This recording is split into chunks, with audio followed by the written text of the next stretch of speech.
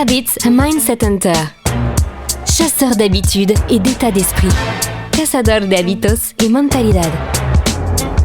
Un état d'esprit innovant pour une vie épanouie. Une émission de et avec Melika Badreddine. Bonjour les amis! Aujourd'hui on va parler neurosciences et changement. Résister au changement. Le cerveau est-il tellement fan d'habitude qu'il résiste à tout changement? Oui ou non selon vous? Soyons honnêtes. On y travaille et on peut y travailler. Une meilleure compréhension du cerveau humain ouvre de nouvelles perspectives en matière de conduite du changement. Elle permet de repérer comment lever des résistances et ancrer durablement le changement en actionnant des leviers plus pertinents. Un jour, Martine, qui a 43 ans, 2 enfants, qui travaille à la poste, vient me voir et me dit « J'en ai marre, à chaque fois que j'essaye de changer d'habitude, je n'y arrive pas. Et je sens bien qu'il y a quelque chose dans mon cerveau qui me dit que j'ai bien raison. Est-ce que c'est de la résistance? Est-ce que c'est de la procrastination ?» Et là, bien sûr, Martine rentre dans une sorte de remise en question, de jugement, et puis elle a comme un genre de manager dans sa tête qui arrive, un manager bien critique, avec une critique vraiment acerbe, difficile, et qui vient la juger et lui dire « Martine, tu n'es pas capable !»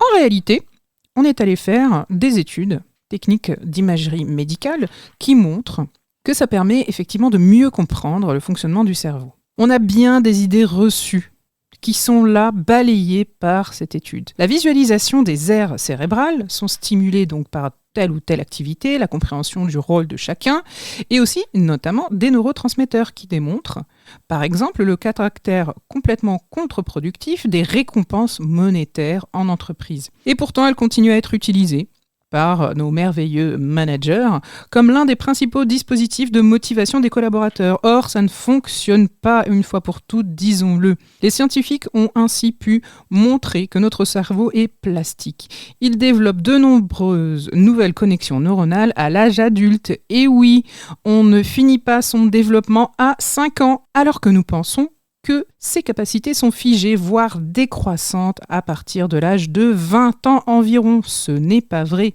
Nous pouvons repérer quel système fonctionne le mieux pour nous. C'est à nous, tout comme à Martine, de repérer pourquoi elle fait les choses.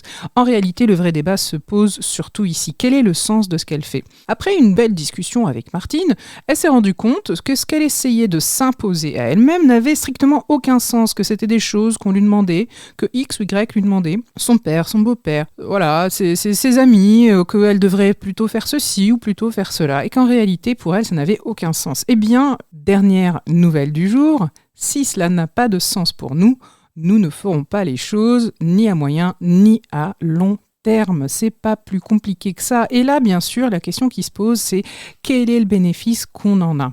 Ces techniques d'imagerie médicale prouvent bien qu'il y a bien des connexions cérébrales qu'on ne soupçonne pas. Et les neurotransmetteurs démontrent ainsi le caractère réellement contre-productif de ces récompenses. Ces récompenses qui sont immédiates, elles peuvent être monétaires ou pas d'ailleurs, mais c'est le bénéfice immédiat.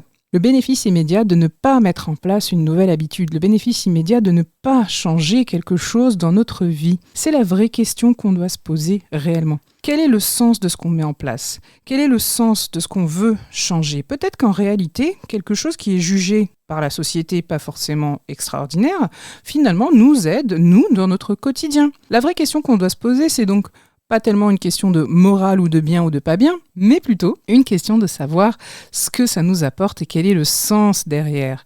Donc les amis, quand on veut mettre en place un changement, c'est pas tellement la résistance qu'on doit viser, c'est surtout le sens que ça a pour nous. C'était le conseil du jour. Je vous retrouve très vite pour parler encore d'habitude et de mindset.